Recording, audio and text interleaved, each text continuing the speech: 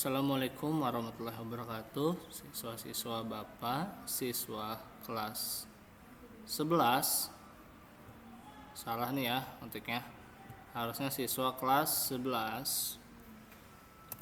Balik lagi dengan Pak Rijal hari ini untuk mengikuti kegiatan belajar online bersama Bapak untuk pelajaran matematika bagi siswa kelas 11. Hari ini kita memasuki bab baru, yaitu bab logika matematika. Oke, silakan disiapkan buku catatannya untuk mencatat apa saja yang akan Bapak sampaikan. Pertama kita akan belajar mengenai negasi, ya. Negasi atau yang disebut juga dengan ingkaran atau penyangkalan merupakan pernyataan yang menyangkal apa yang diberikan. Ingkaran pernyataan dapat dibentuk dengan menambah kata tidak benar bahwa di depan pernyataan yang diingkar. Hal ini dilambangkan dengan lambang negasi. Lambangnya seperti itu ya. Kalau kita gambar, negasi itu lambangnya seperti ini. Oke, misalkan pernyataannya pakai huruf P, berarti kalau negasi atau ingkaran dari P tambahkan lambang negasi seperti ini. Oke. Berikutnya, ingkaran pernyataan. Berikutnya, hal ini dilambangkan dengan lambang negasi. Katakanlah P bernilai benar, maka kalau kita tulis negasi P, nilainya jadi salah.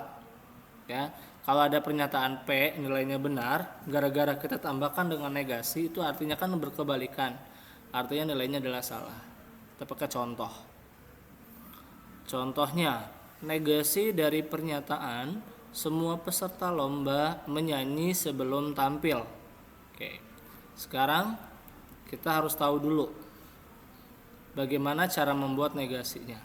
Negasinya adalah beberapa peserta lomba menyanyi tidak berlatih sebelum tampil. Tata cara membuat negasinya seperti ini. Negasi artinya berkebalikan. Di sini ada kalimat semua. Semua itu negasi dari semua atau kebalikan dari semua itu adalah beberapa. Boleh juga kamu jawab pakai sebagian. Nah, jadi semua itu kalau dinegasikan, kalimat semua, kalau kamu negasikan maka dia menjadi beberapa atau sebagian. Di sini dikatakan semua peserta lomba menyanyi, berlatih sebelum tampil. Semua peserta lomba menyanyi, berarti di sini jawabnya jadi beberapa, kebalikannya jadi beberapa peserta lomba menyanyi. Di sini kan berlatih sebelum tampil. Berlatihnya kamu buat negasinya juga, kamu balikin. Jadi yang tadinya berlatih, dia menjadi tidak berlatih sebelum tampil. Paham ya? Jadi negasi itu kita balik. Negasi dari semua adalah beberapa atau sebagian.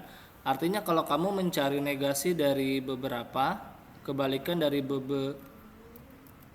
beberapa, kebalikannya adalah semua, ya. Atau bisa juga negasi dari sebagian. Kebalikan dari kata sebagian artinya adalah semua. Oke. Berikutnya kita belajar mengenai konjungsi dan disjungsi. Konjungsi artinya adalah pernyataan yang dibentuk dari dua buah pernyataan, di mana kedua pernyataan nanti akan dihubungkan dengan kata dan. Sementara itu disjungsi adalah pernyataan yang dibentuk dari dua pernyataan, di mana kedua pernyataan dihubungkan dengan kata atau. Contoh ya, kita pakai contoh. Misalkan di sini dibilang P adalah Danau Cipondoh ada di Tangerang, kata-katanya gitu. Ki artinya waduk termasuk danau buatan. Pernyataan P konjungsi Ki itu bisa dibaca dengan apa? Berarti dia dibaca dengan Danau Cipondoh ada di Tangerang dan waduk termasuk danau buatan. Jadi P-nya ini tinggal kamu rubah menjadi kata-kata yang ada di atas ini, kamu tulis. Lambang konjungsi ini kamu ubah jadi kata dan. Untuk yang ki-nya kamu tulis kata-kata yang ada di pernyataan ki. Apa artinya pernyataan ki itu? Oke. Berarti kalau konjungsi dia cuma tinggal ditambahkan dan. Kalimatnya tetap tambahkan dan. Tapi bagaimana kalau soalnya dia nanya P disjungsi Ki. Disjungsi ini disjungsi ya. Kalau dalam bahasa Indonesia itu dibaca sebagai atau. Jadi kalau soal P disjungsi Ki bisa kita jawab, jawabannya adalah Danau Cipondoh ada di Tangerang atau waduk termasuk danau buatan. Itu boleh ya. Jadi kalau dia pakai kata disjungsi tinggal tambahkan kata dan. Kalau dia konjungsi tinggal tambahkan kata dan, kalau dia disjungsi tinggal tambahkan kata atau. Oke. Berikutnya lagi yang akan kita pelajari adalah mengenai tabel kebenaran. Ya. Di sini ada 2 buah tabel pernyataan yang harus kita ketahui dulu. Konjungsi dilambangkan dengan simbol seperti ini, dibaca dengan dan. Tabel kebenarannya adalah jika pernyataannya ada yang salah, maka hasilnya adalah salah. Misal nih, ada 2 pernyataan, P dan Q. P-nya itu salah, Q-nya itu benar. Maka konjungsinya adalah salah. Karena kata-katanya adalah, maka hasilnya adalah salah. Jika pernyataannya ada yang salah, maka hasilnya salah. Paham ya? Nah, bisa juga nih P konjungsi Q, P-nya itu benar, Q-nya itu salah. Masih ada pernyataan yang salah, maka kesimpulannya jawabannya adalah salah. Contoh yang ketiga, P konjungsi Q, di mana P-nya benar, Q-nya benar. Jika pernyataannya ada yang salah, maka hasilnya salah. Di sini tidak ada yang salah, dua-duanya benar. Maka hasil konjungsinya adalah benar. Paham ya? Oke. Bagaimana kalau bentuknya yang lain? P konjungsi Q, tapi dua-duanya salah. Kita balik lagi dari kata-katanya tadi. Kalau dia ada yang salah, maka hasilnya salah. Berarti ini dua-duanya salah. Udah pasti konjungsinya, kesimpulannya, jawabannya adalah salah. Kita lihat untuk yang disjungsi. Disjungsi ini dilambangkan seperti huruf V. Kata kuncinya adalah jika pernyataannya ada yang benar, maka hasilnya benar.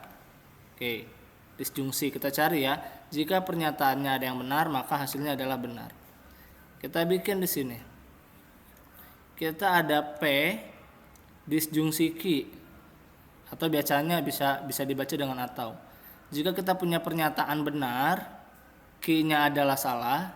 Nah, kalau dia ada yang benar salah satu ini ada yang benar, maka dia jawabannya pasti benar. Untuk disjungsi ya. Disjungsi itu kalau dia ada pernyataan yang benar, maka hasilnya jadi benar. Dia nggak ngelihat salah. Kalau konjungsi dia melihat salahnya. Kalau ada salah dia jadi salah. Kalau disjungsi, kalau dia ada benar maka hasilnya benar. Berikutnya, kalau misalkan P disjungsi Q, P-nya salah, Q-nya benar, hasilnya pasti jadi benar juga. Kalau kamu punya P disjungsi Q, P-nya benar, Q-nya benar, hasilnya juga pasti jadi benar. Karena dia berpatokan hanya ada dari huruf yang B atau dari benarnya. Kalau ada yang benar maka hasilnya benar. Tetapi kalau P disjungsi Q dia sama-sama salah, tidak ada yang benar, maka kesimpulannya hasilnya adalah salah. Gitu ya. Itu adalah konsepnya. Oke. Berikutnya kita lanjut kepada contoh. Jika P bernilai benar dan Q bernilai salah, maka nilai dari P konjungsi dalam kurung Q